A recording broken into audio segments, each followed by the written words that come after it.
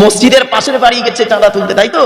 এক্ষুনি জোহরের আজান হবে, আজান হলেই ওই চারটে মাল পালাবে, নামাজ পড়বে না। ঠিক না ঠিক? জলসার কালেকশন করবে কষ্ট করে, কিন্তু নামাজ পড়বে না। ফেরেশতারা বলছে তো অবাক জিনিস, আরো দেখবি এই আদমের সন্তানের চরিত্র কেমন। প্যান্ডেল ওলারা জীবনে কোনোদিন এই প্লাস্টিকটা 3 বার ধোয় না। আচ্ছা বাবারা, আমি ওই টেনে টেনে বলছি না বলে অসুবিধা হচ্ছে?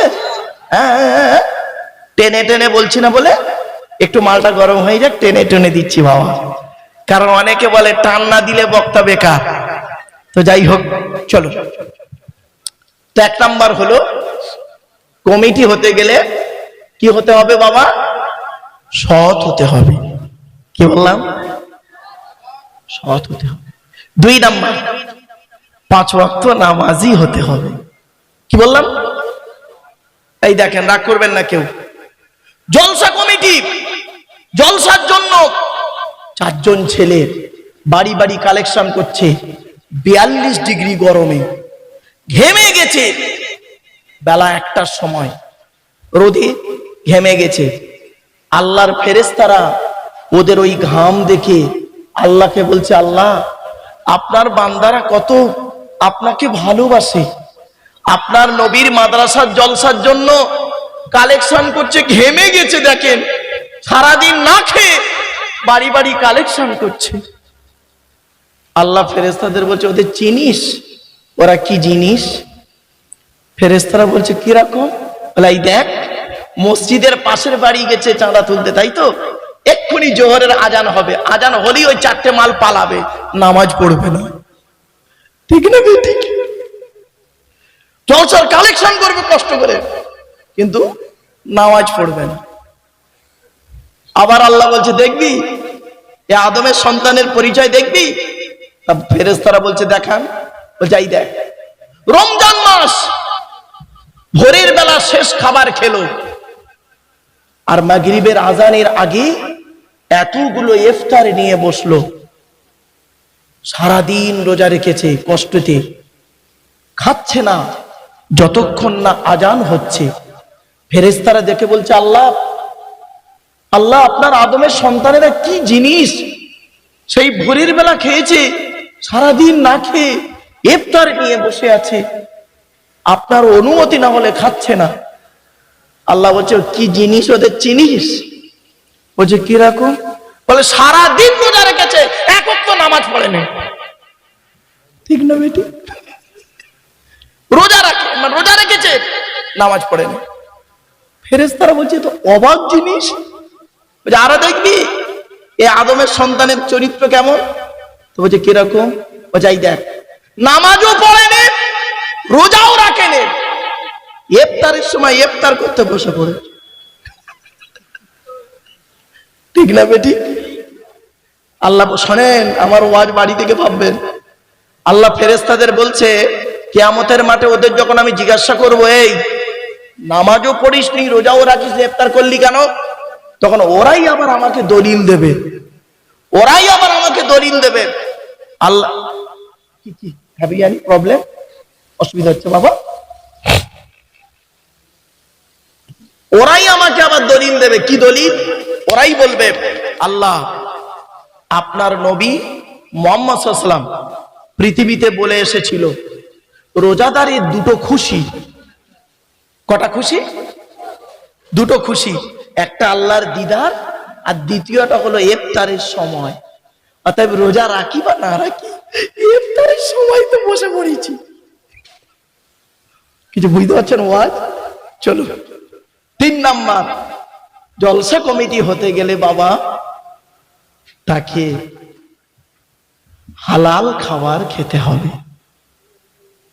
ছোট্ট একটা উদাহরণ দিচ্ছি। আপনাদের গ্রামে মসজিদ আছে, জুম্মা মসজিদ আছে।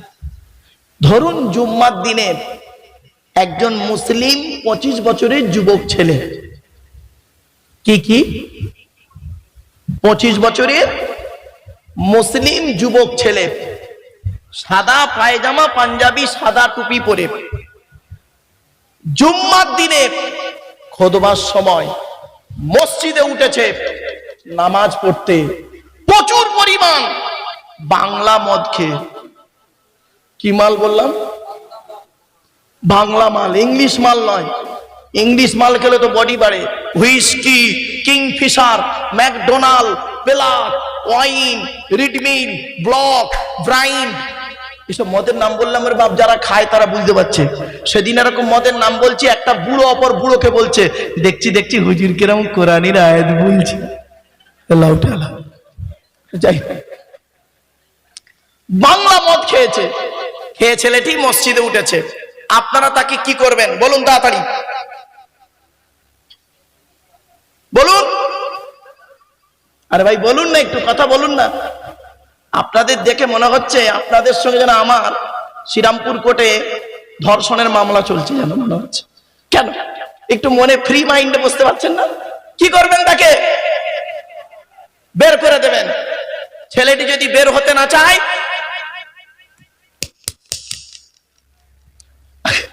মেরে বের করে দেবেন।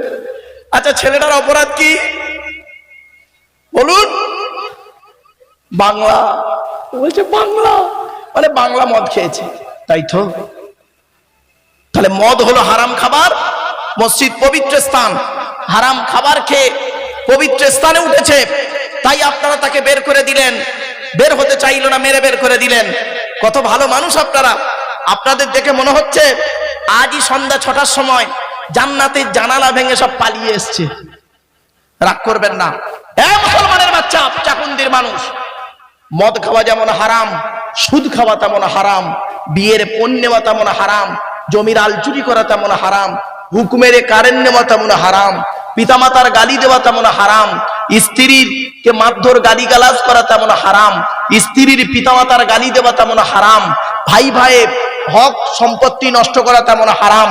মদখোরকে বের করে দিলে আর সুদখোরকে মসজিদের সেক্রেটারি বানিয়ে দিলে।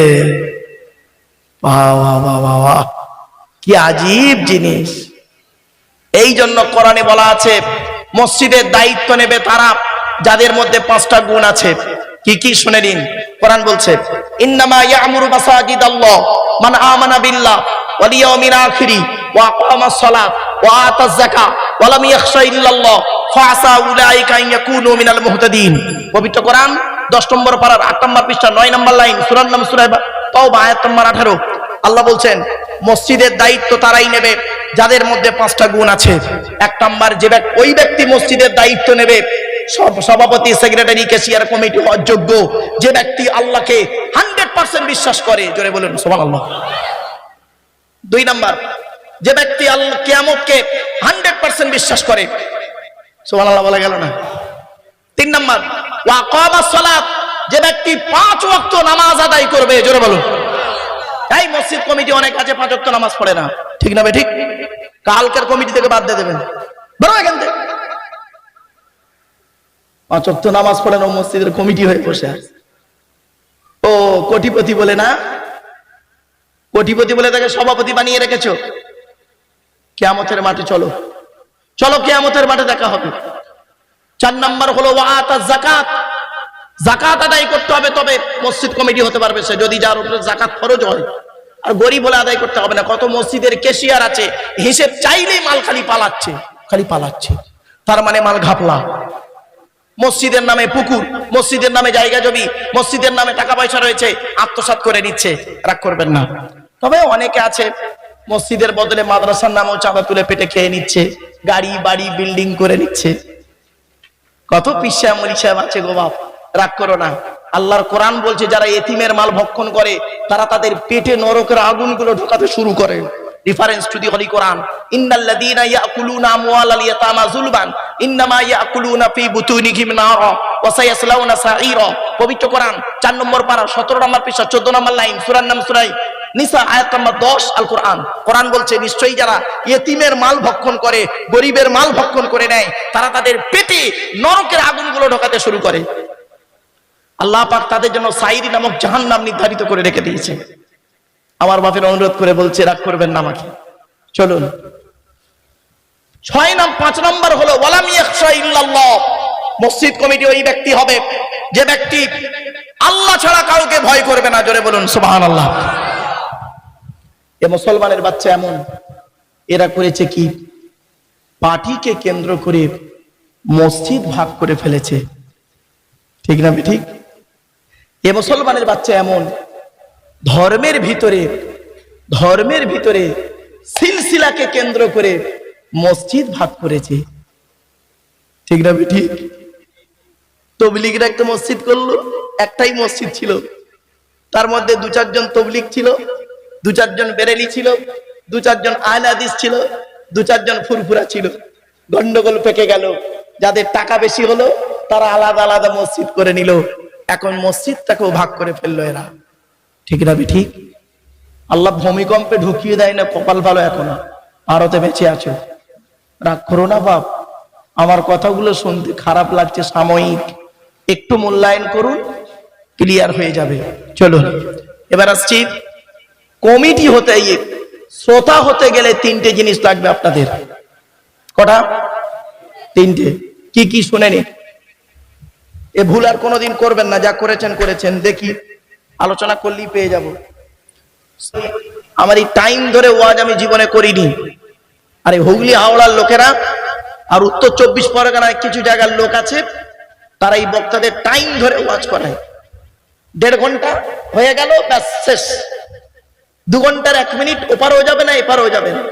কি জানি, আমি জীবনে কোনোদিন টাইম ধরে ওয়াজ করিনি, আর আল্লাহ না মরণ পর্যন্ত করায়। জীবনে কোনোদিন বেওয়াজুতে ওয়াজ করিনি, আর জীবনে কোনোদিন টাইম ধরে ওয়াজ করিনি। আল্লাহর কোরআন নিয়ে অজু অবস্থায় বসেছি, আলোচনা করলাম 2, 2.5, 3 ঘন্টা 4 ঘন্টা, যা হলো। তারপরে বক্তা এসে গেল, চলে গেলাম, নইলে দোয়া করতে বললে দোয়া করে দিলাম, ব্যাস ঝামেলা মিটে গেল। এই জন্য আমি আগেই আপনাদেরকে বলেছিলাম, আমার বক্তব্য শুনতে গেলে সময় লাগবে এবং চিন্তা ভাবনা করতে হবে এবং একটু টাইমলি সময় দরকার আছে। চলো, শ্রোতা হতে গেলে 3টে জিনিস লাগবে। কি কি? 1 নাম্বার, শরীর পাক। কি বললাম? জোরে বলুন। শরীর পাক। তো এতগুলো মানুষ, যারা জ্ঞানী গুণী বুদ্ধিজীবী মানুষ বসে আছেন, দাঁড়িয়ে আছেন, আমার দৃঢ় বিশ্বাস আপনাদের প্রত্যেকের শরীর পাক আছে, না পাক কেউ নেই। তবে হয়তো এখন অজু না থাকতে পারে, অনেকে অজু হয়তো নেই, কিন্তু শরীরটা কি পাক আছে। 2 নাম্বার, কাপড় পাক। তো আশা করি আপনারা যেটা চয়েসেবল কাপড় পরে আছেন, আপনাদের কাপড় প্রত্যেকেরই পাক আছে, পায়জামা, লুঙ্গি, গেঞ্জি, জামা যেটা পরে আছেন। 3 নাম্বারটাই ধরা পড়ে যাবেন বলে মনে হচ্ছে, সন্দেহ হচ্ছে আমার। কি? জায়গা পাক। কি বললাম? জায়গা পাক। আপনারা যে প্লাস্টিকটায় বসে আছেন বাবা, এই প্লাস্টিকটা কি প্যান্ডেলওয়ালাদের? হ্যাঁ, প্যান্ডেলওয়ালারা জীবনে কোনোদিন এই প্লাস্টিকটা 3 বার ধোয় না। আজকের চাকুন্দির জলসায় এসেছে এটা, কালকের মিরপুরের জলসায় চলে যাবে, পরের দিন হিন্দুদের শ্রাদ্ধ বাড়ি যাবে, মুসলমানদের খানা বাড়ি যাবে, হিন্দুদের অন্নপ্রাশন বাড়িতে যাবে, মুসলমানদের মোচনমানিতে যাবে। খারাপ সেন্স নেবেন। আবার এই জলসার পরে দেখবেন, যদি এখানে বসিয়ে তাবারুক দেওয়া হয়, মানুষ খাবে, জুতো পায়ে দিয়ে হাঁটবে। আবার খাবার পরে যদি হাড়গুলো পড়ে থাকে, এলাকার 10-12টা কুকুর আছে, তারা আসবে, তারা আবার এর উপরে চলাফেরা করবে। আবার এই প্যান্ডেলটাকে, এই প্লাস্টিকটাকে কুড়িয়ে নিয়ে প্যান্ডেলওয়ালা করবে কি, পরের দিন পাশের গ্রামের জলসায় বিছিয়ে দেবে। একজন সত্যিকারের নামাজি মুসল্লি, যার শরীর পাক, কাপড় পাক, এই প্লাস্টিকটার উপরে বসার কারণে তার কাপড়টা নাপাক হয়ে যাওয়ার সম্ভাবনা খুবই বেশি। ঠিক না বেঠিক? তাহলে কি করতে হবে? প্যান্ডেলওয়ালাদের মালের উপরে মসজিদ থেকে মুসাল্লাগুলো এনে সুন্দর করে বিছিয়ে দেবেন, আর গেটে লিখে দেবেন, বিনা অজুতে প্রবেশ নিষেধ। বাপেরা, আমার এই কথাটা সাময়িক শুনতে খারাপ লাগলেও মূল্যায়ন করবেন পরে গিয়ে।